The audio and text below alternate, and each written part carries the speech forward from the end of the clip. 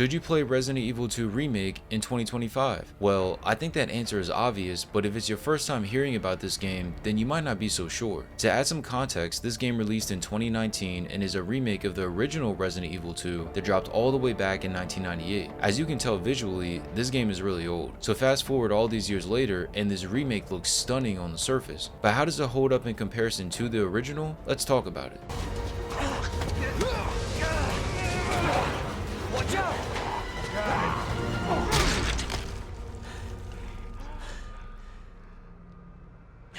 You're safe. For now. Thanks.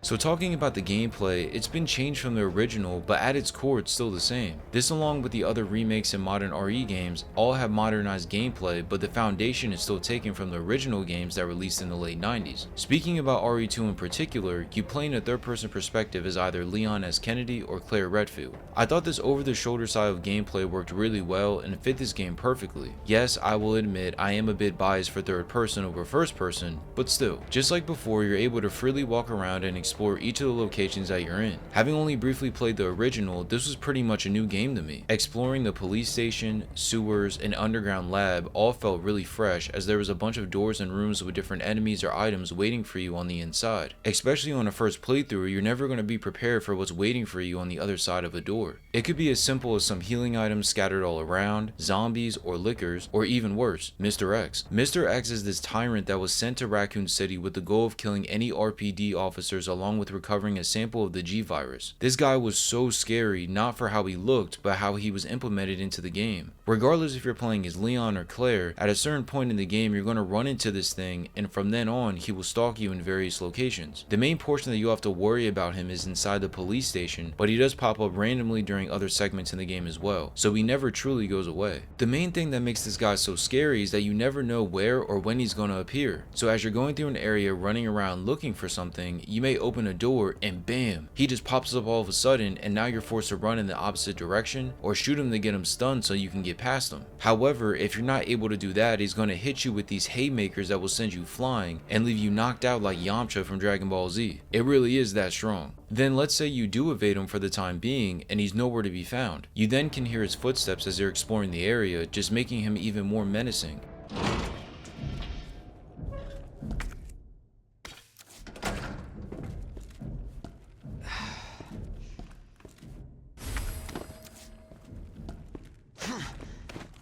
A few moments later.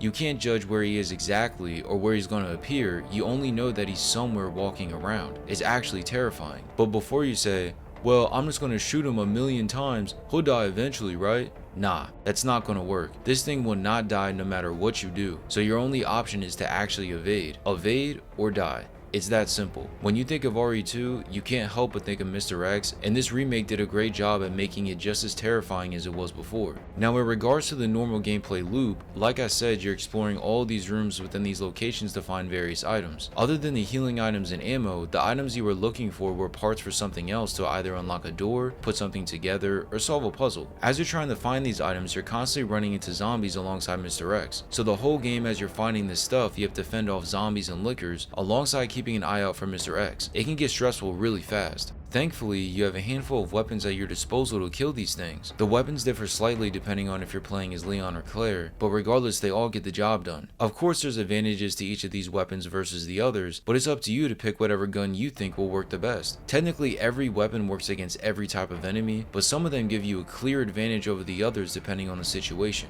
For example, when killing normal zombies, a safe bet would be a pistol or machine gun to shoot them in the head or the legs. But on the other hand, using acid rounds on the lickers is a really easy way to kill those things since pistol bullets don't do anything. It's all about understanding what kills the enemies the easiest and knowing when to use what weapon in which situation. If you're playing on a harder difficulty, then your resources will be even more limited, adding another level to your inventory management. If you didn't know, you manage all the resources you pick up by putting them in these squares. You get a set number of squares to put them in unless you find an inventory upgrade that gives you more slots. So it's imperative to find these upgrades because more slots means more that you can hold, giving you an advantage in the long run. I think there's something so satisfying about managing the inventory too. I don't know what it is, but moving things to make it more organized, discarding items quickly, or using healing items just feels really good to execute. Especially once you understand how it works, you can start doing these actions extremely fast, just making the gameplay even more satisfying. I think the most important area when it comes to the inventory is actually reading the files. Now wait, I know what you're thinking. Who in the world wants to read? I'm playing a video game. But I think in this game it's imperative that you do so. Just like the other items, there's files scattered all around each area, with them containing important information regarding ammo crafting, puzzle solutions, key item locations, or just additional story beats. Reading these will help you out so much over the course of the game. For example, by reading the medicinal notes, you would know that you can combine different types of healing herbs to provide various benefits to yourself. So as you collect a green herb and a purple herb, you would know by reading the notes that if you combine them, you'd be able to heal yourself and get rid of the poison. Combine all three types of herbs and you get added defense against poison and other inflictions as well. Knowing what happens when you mix and combine various ammo or healing types makes all the difference. It not only frees up space, but it gives you a slight edge during the encounters. With this being my first time going through RE2 in its entirety, I really enjoyed the ability to combine different parts to make your weapons even stronger. So as I already mentioned, you're able to find various things all around each area. In many of these spots, you'll find gun parts that can be added to your weapons to give them an added benefit. For a game like this where you're only given a select few of weapons, the last thing I was expecting was to get different attachments for your guns. But to my surprise, this was a thing. Technically, these aren't 100% necessary, but if you're playing on a harder mode, you're going to want any advantage you can get. Just a cool mechanic overall.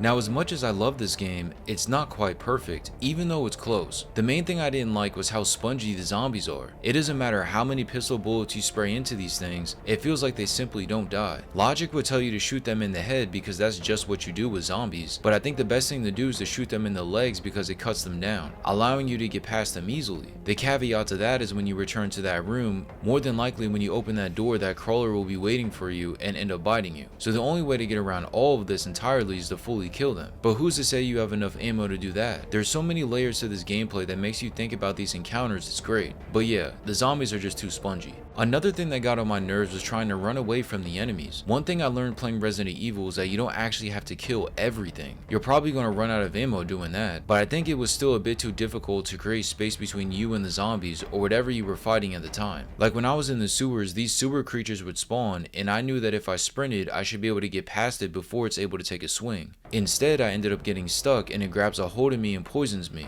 Maybe you can chalk this up to a skill issue, but I think if you could just sprint a little bit faster, that would have eliminated this problem. This isn't a critique, but something I just wanted to mention, and that's the puzzles. I'm not the biggest fan of puzzles, but I thought these were really fun. They're not as simple as guessing a number, but I liked how if you explored enough, you could always find the solution to whatever the puzzle was. A hint might exist in a file, or it could be on top of an item that you find laying around somewhere. Whichever the situation is, you have to work to find a solution to these puzzles. What makes solving them better, other than the fact that some of them are required to progress, is the fact that they give you good rewards as well. Like I said earlier, by finding the code to the safe, you could unlock more inventory space or weapon attachment. Long story short, these puzzles matter, so try to solve them. Moving on to the boss fights. I really liked all of these fights as they're not too complex and still require some thought in regards to how they work. I think once you go through these one time, it's impossible to not be prepared for them on future playthroughs. They just consist of shooting the creature in a weak spot or running away from it long enough for a hidden timer to run out. I'm trying to avoid spoilers, but I think these are just a blast to go through. However, just like most of the normal gameplay, if you don't have enough resources, you're not going to be able to get through these. Sure, on easier difficulties, you'll be able to find stuff laying around, but even still, you have to be mindful of your inventory situation or you're going to run out of ammo mid-fight. These fights are really fun and help to elevate this already addicting gameplay for sure. When it comes to the gameplay, Resident Evil 2 Remake takes what was present in the original and makes it even better. As a newcomer to the series, I fell in love with the gameplay loop immediately, and I think it's insanely addicting, making it easy to play through the B scenarios for each character without hesitation. Moving on to the story, I think Resident Evil is one of those franchises where the story has never been its strong suit. Whenever I talk to people and ask why they like the series, the first thing they mention is the gameplay and the atmosphere. The story is usually brought up later, so going into this I wasn't expecting anything spectacular, and yet I ended up loving the story as well. Avoiding spoilers, but in September of 1998, a deadly virus has taken over Raccoon City as Leon Kennedy and Claire Redfield run into each other as they make their way through the zombie-infested city. From here is where the story begins, as each of them go on a separate journey to survive through the night and get out of town. Each of their stories play out a little bit different in regards to the events that unfold, but by the end they meet at the same place. So essentially it's like taking different paths to reach the same destination. Personally, I prefer Leon's story a little bit more than Claire's, but both are pretty solid. I think what makes his story so interesting is, one, it's about zombies, so if you like zombies you'll enjoy this, but more than that, it's that their scenarios are filling in the gaps over the course of both of their stories. So as things happen to one character, you know that this character is going to go through another event at the same time. I think the entire atmosphere and vibe of Raccoon City was done really well. Right from the start it was creepy and ominous. From seeing the first zombie rip off the person's face in the gas station to you running into Mr. X for the first time, there's plenty of moments where I jumped a little. Some of these moments were actual jump scares and some weren't. Regardless, the tension was always there. As you go through this story, you're not sure what's going to happen next, but you can never truly relax because you don't know who or what you're going to face. What I liked is how the notes and files elaborate on the events that are taking place. As you get deeper into the story, you find out more information about the G virus and everything surrounding that. Once you see these cutscenes and find this intel, you're able to piece together why certain things are happening and how we got in the situation in the first place. It's like connecting everything into one big cohesive circle. It's really cool. I will say that this story is far from perfect, as you may find yourself laughing at how certain characters act or find a plot hole here or there, but in my opinion I think that's fine. If there is one thing that could be tweaked, it would be the actual dialogue, as some of it can be cheesy or poorly written. But to that point, I think that's what gives Resident Evil its charm. Alongside the gameplay, the dialogue being the way it is just makes this game even more unique. It gives it its own sort of identity. So even though this is a flaw, I wouldn't change it, to be honest. If you didn't know how to get the true ending, you have to complete the A scenario and B scenario with each of the characters. So this could be doing Claire A, then Leon B, or vice versa.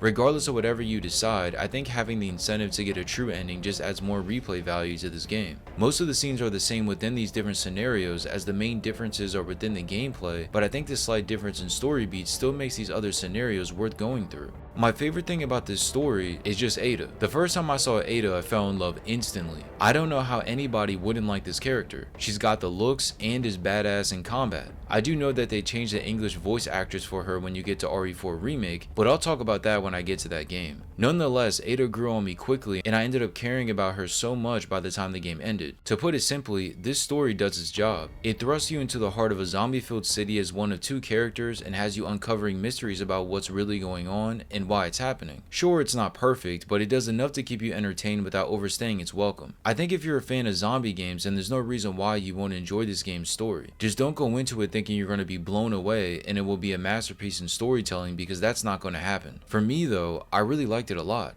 Overall, Resident Evil 2 Remake is a blast. From the beginning, I was immediately hooked by the gameplay and on the edge of my seat the entire time. The story only added another layer of intensity to this game, making things more entertaining and interesting. When I think of remaking a game, this is how it should be done, for a game that needs one and to this level of detail. So this brings me back to my question, should you play Resident Evil 2 Remake in 2025? That answer is absolutely. In my opinion, there's no reason to not play this game. This game is arguably a masterpiece in every way. Sure, if you don't like horror or zombie games, then maybe this isn't for you. But if you like shooting zombies, crafting ammo, boss fights, and more, then you're gonna love this. And since this released a while ago, you can get this for cheap on pretty much any platform. If I had to give this game a score, I'm gonna give it a 9.5.